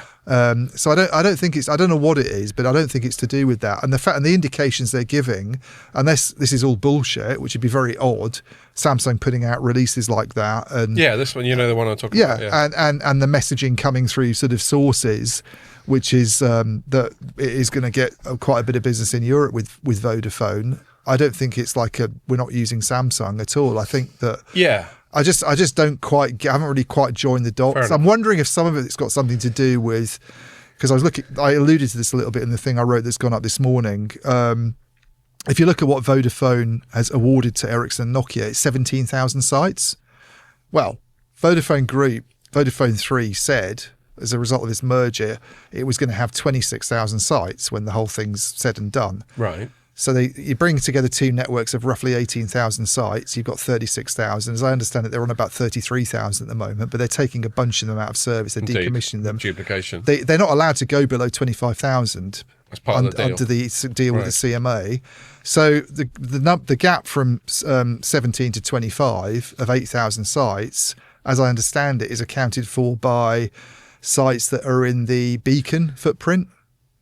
Beacons. So the UK is basically but just two big network sharing ventures. One's called MBNL, which is this historic one that BT had with Three, and the other one's Cornerstone / Beacon. Oh right, okay. Which is Vodafone and O2.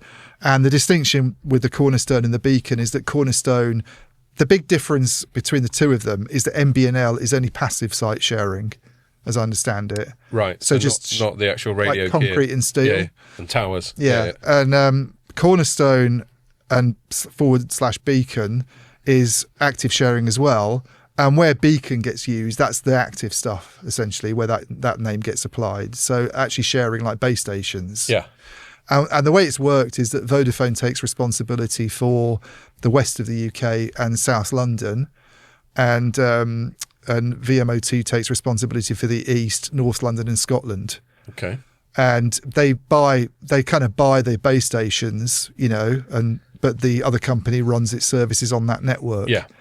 And I think this opens up all sorts of questions that haven't really been answered. And those questions were there from when they were first talking about them. Well, I don't think anybody's really looked into it very well, though. Right. I think. Why haven't you? Goddamn. Well, I am at the moment. That's what I'm doing. That's partly what I did in my story. But I think one of the questions is those Huawei. So if you ask VMO2, their thing's always been we've never really been very reliant on Huawei. It's a smattering of sites. We're all Ericsson and Nokia. That's the line.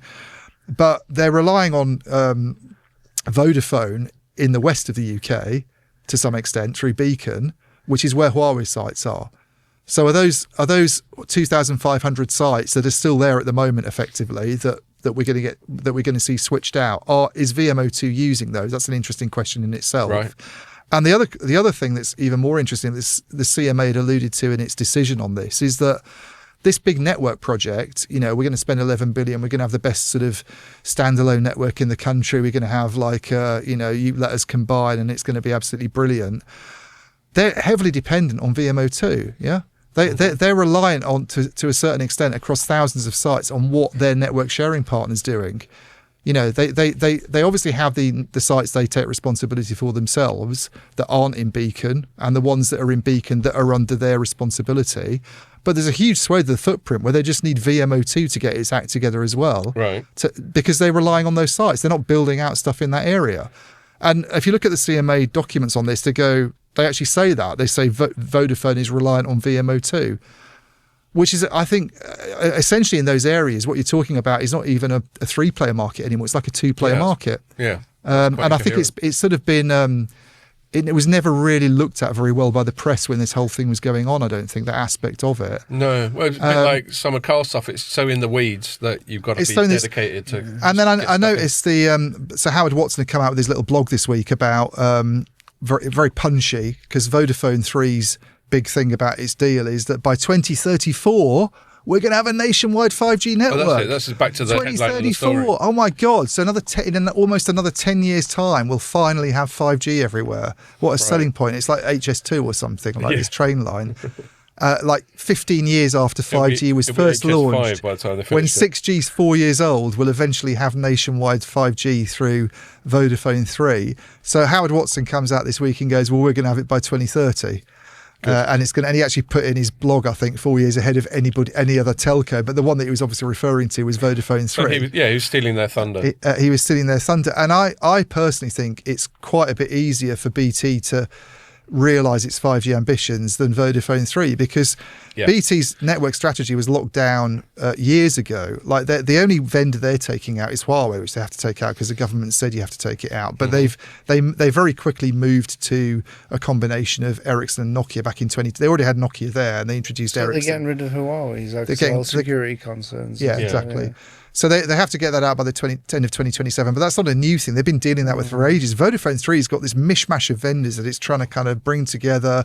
We're taking out some Ericsson, we're taking out old Samsung 4G stuff. They've got this real complex job to do. And the other problem, I think, with the Vodafone 3 network is very, very reliant on 3.5 gigahertz spectrum. So if you look at the spectrum allocations at the moment and where they are, like BT's got loads of spectrum between 1.4 gigahertz and 2.6 gigahertz. It's got like almost twice as much, I think, as Vodafone 3. Right. And it's which almost is more useful. Right. As a rule of thumb, the lower the frequency, the more useful it is. So why do you need 26,000 sites as opposed to 19,000? Because shitter propagation. But with that, and now they might say, well, that's really great to have 26,000 sites because it's more densified and we could provide better coverage. But if you're only doing it because your spectrum isn't as good, you've also got higher energy costs, higher site maintenance costs. Exactly. Because you've got 7,000 more of them to look after. Indeed. As well as having this issue of VMOT needs to get its act together in areas that you're not actually building a network in yourself because you're just relying on their infrastructure. So I'm not trying to sort of butter up Howard Watson here or anything. No, but it was good. But did you know, Carl, that there was that directly proportional relationship, which is that the higher the frequency, the worse it is, the shorter the range and the worse it is at penetrating walls. Probably not, because he's not doing telecom stuff. Well, now you know, mate. But that's as a side of an aside. I just received a text message from the Department of Work and Pensions saying I'm entitled to the winter fuel allowance, £300 if I fill in this form. No, listen, I'm not finished yet. It's from a US number. Oh, right. Do you reckon it's legitimate? I was thinking, Carl, you've aged very well if you're entitled to the winter fuel allowance. I've got more grey hair than you by quite a long way. Yeah, I think you are 71. I was 72. Okay, so I'm a year older than you. Yeah. There we are. Well, I haven't received such an email, so I think... You guys are both 70 years old. 70 years old. Yeah. By the way, the next pod we do on Friday is going to be my birthday, my 54th birthday. Are we doing it? Yeah, we are doing it. Cool. I'm coming in. Yeah, I'm not coming for that. I'll come for the drinks, but not. Well, actually, I am going to go out with some mates, and you're all welcome. I won't mention his name actually. I upset you made last time, didn't I? Yeah, you probably met some mates. Anyway, I'm going to go out with a bunch of them, but you're more than welcome in and whoever. Yeah. Pierre's still gun shy after going out after Hannah's leaving, but we won't talk anymore about that. Let me just quickly. I mean, we're about to finish. So I've overridden the other section there a little bit. And I just thought, we haven't got a strong other section. I thought, as we'd mentioned Huawei once or twice, and I've mentioned that story we're talking about, for the sake of me, when I'm publishing it and I want to put 3 segments in, I'll probably just put Huawei at the end. And I just thought I'd go back to that story I wrote, not the story itself, but the argument that's been put forward by Nokia and whoever the anonymous source for the FT was this week, that I just think this is an interesting thing.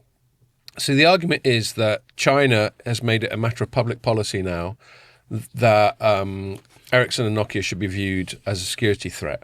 Yeah. And therefore phased out in favour of Huawei, ZTE, and whoever. And Nokia, this was on the record, we wrote about it weeks ago, have said, well, if they're going to do that, then we should completely kick them out of Europe. And as Ian's covered far better than I have, we haven't kicked them out of Europe, not least Germany.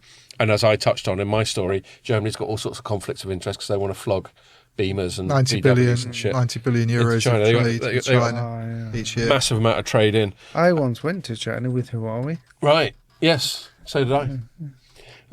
No, they're all good. But the point I want to bring up is I actually contest. That's not what John Strand says. No, John Strand is reliable on the matter of Chinese vendors. I just don't think that's a very strong argument because we've had this thing in the EU for a little while they call the security toolbox. Yeah. What do you mean we're not in the EU anymore? That's a good point. We don't have it. You're right, Carl. The EU has had... They've already banned them though, so it doesn't matter. Yeah, exactly. Send them all back. Fuck off, Pierre. The EU's got this thing called the toolbox. You see, I don't mind. I mean, banned Huawei, not the EU. Oh, right. Oh, no. You not, EU, back, yeah. Not EU citizens. Forget I said that. He was about to leave. I know. So my point is, frivolity aside, that the EU's basically already set up this framework. They haven't enforced it very well, to the chagrin of people like our mate John. Good work. But I just don't think... You never used that word on the podcast yet. Chagrin. Yeah, I even pronounced it in a vaguely French way. I like that. I just don't think China suddenly doing what seems to be equivalent to that toolbox is sufficient grounds that people like Nokia are saying that how we should now come down harder in reciprocation. I think they're only belatedly reciprocating the toolbox. So I just thought in the last couple of minutes we got, I'd chuck that out there for you, primarily Ian, because this isn't your domain, Carl, but feel free to pipe up if you want. I just don't think it's a very strong argument. What do you think? I can see why Nokia and Ericsson would be upset about they've only got 3% market share in China and Huawei's got probably, from what I've been told, about a quarter of the EU market still. A quarter? It's as big as that? Yep. Fucking hell. That's confidential sources telling me that. Well, but I'll tell you, this little chart that I put in my story, I don't know if you scrolled down that far when I shared it, but it says EU most imported goods from China 2024. What's the number one item, Ian? Telecommunications equipment.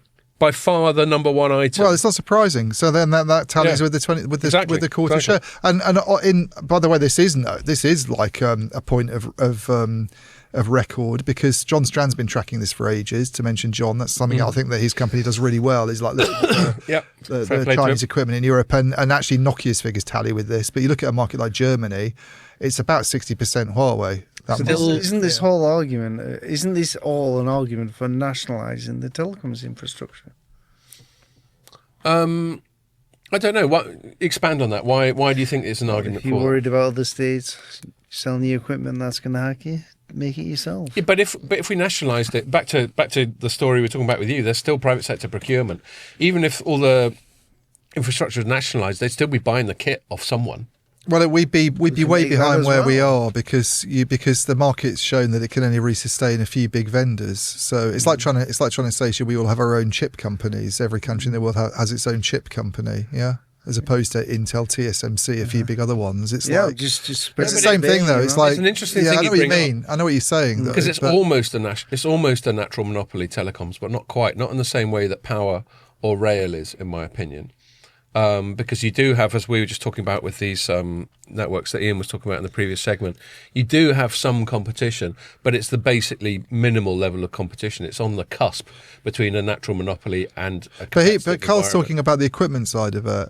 Well, but he was also talking about nationalising the I know the whole thing. But the operators is one issue, and that's an easier thing to nationalise. Actually, if you wanted to, so and Huawei's just providing. Actually, they are part nationalised. Like Deutsche Telekom is owned by the German state. Some of it, it's still a third of it, I think, the German state share, and Orange is still part owned by the French state. So it is still part nationalised.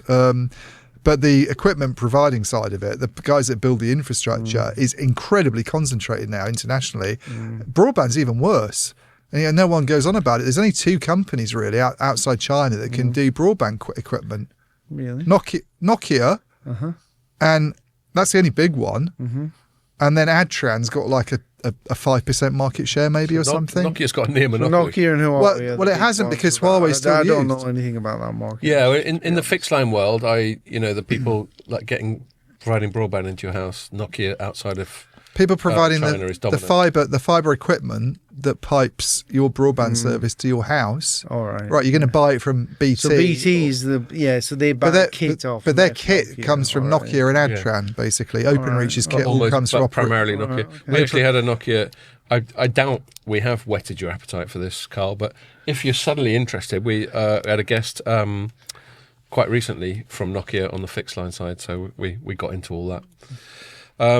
It is fascinating how telecommunications equipment still the biggest EU imported good from China. Well, you should send that chart. I have seen that chart before, actually, but you should send that to John because he read this. This is the story he was commenting on. Oh, right, very well then. So yes, he's seen that chart, and he's probably all over this data anyway. Yeah. But yes, just to finish off, and we will wrap up because we're out of time.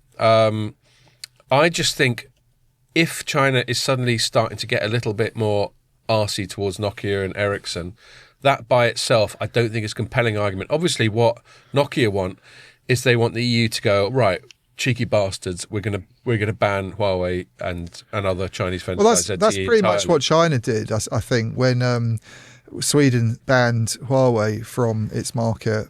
That's when Ericsson did it more stealthily. They did it quite stealth. They didn't. Yeah, so they didn't ban it actually. They didn't have a toolbox because the talk about that is now obviously. Yeah. But they, Sweden did ban it. And then the consequence of that was that you noticed all of a sudden the Nordic vendors' market share in China started to go down. And I did a chart in the story I wrote on it where they were making about 8.5% of their revenues from China combined. Back in 2019, 2020. Now they're on about 4%. So it's still a big. So this is the thing. Like 3% of the market in China is 1 billion in revenues for Ericsson. That's a company that makes 25 billion in revenues. I was interviewing somebody the other day about banking IT, and we were talking about how the banks serving customers digitally. And he was from India, and he said to me, "Look, the State Bank of India has 650 million customers." Yep. Wow. One bank, 650 million customers. So, and it's the same in telecom. It's millions of base stations. So they get 3% of the market. It's 1 billion in revenue. So if they lost that, if it did suddenly go to zero tomorrow, that's the equivalent of like when Nokia lost its mobile deal with AT&T. It's almost as bad as that. And at a time when, by the way, the RAN market's not been growing, it's been flat, and they've got all sorts of profitability problems. And I mean, actually, they've just been cutting loads of jobs to deal with that and using AI. Yeah, because that solves everything. But even so, it's still like investors are going to be concerned about the consequences if suddenly someone wipes up $1 billion off in revenues. He's getting very antsy. No, he hasn't actually. I was looking to see whether he's going to start making throat-cutting gestures. How are we doing, Pierre? We've got like 5 minutes or something. All right, I'll wrap it up. I've got one last thought on that. I think my critique is of, and I'm going to direct this at Nokia, although I'm sure Ericsson's doing it, but it's because we got it face to face when we were in Finland. I just don't know how bought into their strategy of, through the media, trying to put pressure on the EU to come down harder on Chinese. I mean, obviously what they want is the EU to have an outright hard ban, US style, on Chinese vendors. And and I don't think they're disguising the fact that they would be the primary beneficiaries of such a ban. Yeah. Between them, Ericsson and Nokia, they'd be fighting over the spoils, especially someone like Germany, which, Well, the only other one would be Samsung. Samsung there we are, yes. Well out of it. Exactly. Sorry, Samsung. Per your blog earlier on this week, you're definitely getting a piece of the action. They probably would do pretty well out of it, Samsung. Fair enough. But Samsung don't seem to be the ones lobbying. Nokia is overtly, I'm pretty sure Ericsson is behind the scenes. Maybe Samsung is, fuck knows. Anyway, but the point is, I just think it's a weak argument for the EU. If I was the EU, I'd be looking at this, and their one thing is like, well, look, they're setting up something that, which to me, and this is my characterization, seems to be equivalent to the toolbox that the EU set up a couple of years ago. I don't think that's strong enough reason for the EU to retaliate and risk all the political ramifications and the commercial ramifications for German car makers and all that sort of thing. No. So my point is, I just don't think their argument that they're trying to present through the media is very compelling. Right yeah, no, I economically I get that. I think Germany's got far more to lose if it sort of bans. Well, this is the reason they've not banned Huawei, basically, because they don't want the Chinese going, we're not going to buy loads of beamers and machine tools from you, which is like 90 billion in trade or whatever each year. It's like a huge contribution to the German economy. And I think Timotheus Herger's even said that, the boss of Deutsche Telekom at a conference, that's basically the reason he gave as to why they're not going to ban Huawei. And that's the fact of it. And I think, in fairness to John, his thing's always been more about the security side of it rather than, like economic considerations. Although he will go on about, we don't get, like the Nordic vendors don't get anything there, so why should we give them anything here? And we stress that I think we largely use John Strand as an avatar for the more hawkish. Yeah, he's a good representation of someone who takes a quite strong sort of anti-Huawei position, I think. Yeah. Yeah, well, that's it really. I think I will wrap up there. Carl, it's a pleasure. Thank you. Do keep us posted about the post office thing. I think we can all agree it's just one of those black and white, right and wrong, goodies and baddies stories, isn't it? Which don't come along very often. And I'm appalled to see that the sub-postmasters are still getting fucked over. But sadly, that's the way of things. But maybe thanks to reporting people like you that they got a chance of getting a slightly better deal. Fingers crossed. All right, so we'll be back next week. We've got a guest. I never trail the guest in case they have to bail at the last minute. Well, we might have dropped it accidentally. He might have just a minute ago. We sort of pronounced his first name halfway through. So. You say we, you. I did. But it'll be more importantly, be my birthday. So, so we'll go out and luck about after. Yeah. So, thanks for listening. How old are you? It's the 60th? 54. Thanks for listening, and make sure you join us for my 54th birthday.